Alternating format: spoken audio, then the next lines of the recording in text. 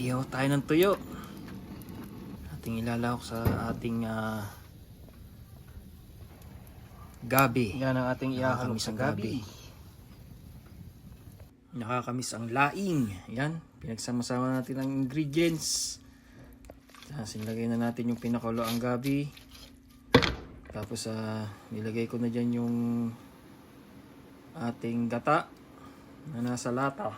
Dahil wala namang available na dito sa Canada na fresh, kaya ang ginagamit namin dito ay galing sa lata. So, nakakamiss talaga tong pagkain na to.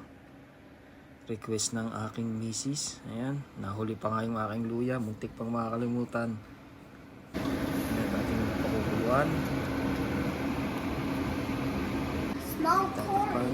Ayan, after ng ilang minuto umulot, yan, ilagyan ko na ng suka.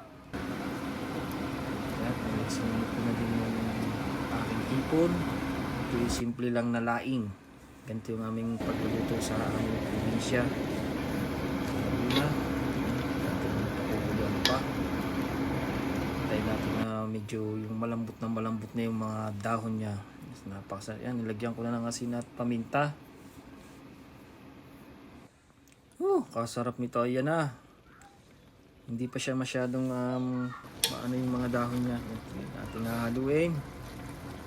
Tayo natin yung talagang magandang iyan. Medyo malapit na siya. Mga ilang minuto na lang. Kasarap Nakakamiss talaga itong ganitong ulam. Talaga namang makakalimutan ng asawa ko ang kanyang pangalan. Ayan. Luto na siya. Ayan yung iniintay ko na lambot niya. Ayan, ready to